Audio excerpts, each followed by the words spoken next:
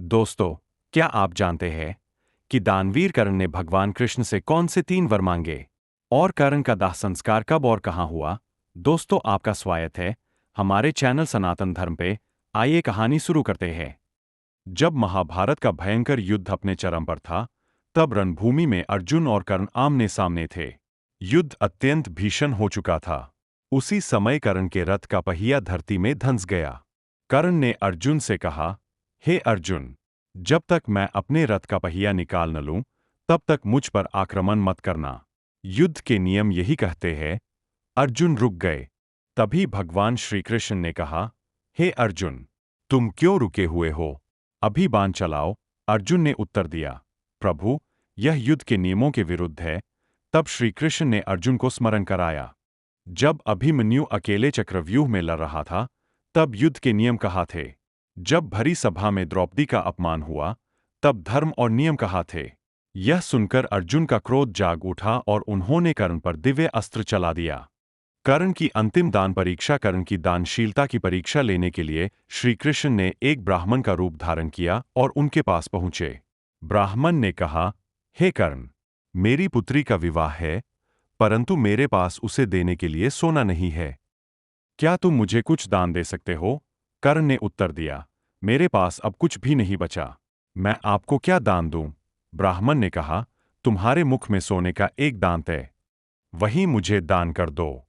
कर्ण बोले, आप किसी पत्थर से मेरा दांत तोड़ दीजिए। ब्राह्मण ने कहा, दान स्वयं देकर ही पूर्ण होता है। यह सुनकर कर्ण ने पास पड़े पत्थर से अपना दांत तोड़ लिया और ब्राह्मण को देने लगे। ब्राह्मण ने कहा, यह तो रक्त से अशुद्ध हो गया है, इसे शुद्ध करके दो। तब कर्ण ने अपने धनुष से पृथ्वी पर बाण चलाया। उस स्थान से पवित्र जल की धारा फूट पड़ी। कर्ण ने उस जल से दांत धोकर ब्राह्मण को अर्पित कर दिया।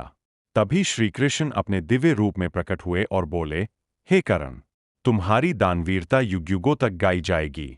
जब तक सूर्य, चंद्रमा, तारे और पृथ्वी रहेंगे, तीनों लोकों में तुम्हारे समान महान दानवीर कोई नहीं होगा। श्री कृष्ण ने कर्ण से कहा, तुम मुझसे कोई भी वरदान मांग सकते हो।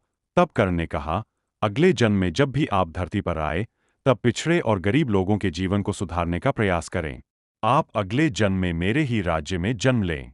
मेरा अंतिम संस्कार ऐसी कुंवारी भूमि पर किया जाए जहां पहले कभी किसी का दाह संस्कार न हुआ हो। कहा जाता है कि श्री कृष्ण ने पूरी पृथ्वी पर खोज की, लेकिन कहीं भी ऐसी भूमि नहीं मिली जहां पहले किसी का अंतिम संस्कार न हुआ हो।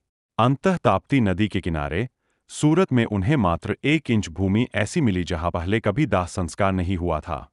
भूमि बहुत छोटी थी, इसलिए श्री कृष्ण ने पहले वहां एक बांध रखा और उसी पर कर्ण के शरीर को रखकर उनका अंतिम संस्कार किया। आज यह स्थान तुलसी बाड़ी मंदिर के रूप में प्रसिद्ध माना जाता है। कथा के अनुसार वहां एक अद्भुत बरगद का वृक्ष है, जिसके केवल 3 पत्ते हैं। ये 3 पत्ते प्रतीक माने जाते हैं, ब्रह्मा, विष्णु, महेश। कहा जाता है कि हजारों वर्षों से उस वृक्ष पर केवल 3 ही पत्ते आते हैं और वे सदैव हरे भरे रहते हैं। मान्यता है कि जो भी व्यक्ति यहां सच्चे मन से प्रार्थना करता है, उसकी मनोकामना अवश्य पूर्ण होती है। दोस्तों, सनातन धर्म से जुड़ी हुई ऐसी ही कहानियों को सुनने के लिए हमारे चैनल सनातन धर्म को सब्सक्राइब करें और वीडियो को लाइक शेयर करें।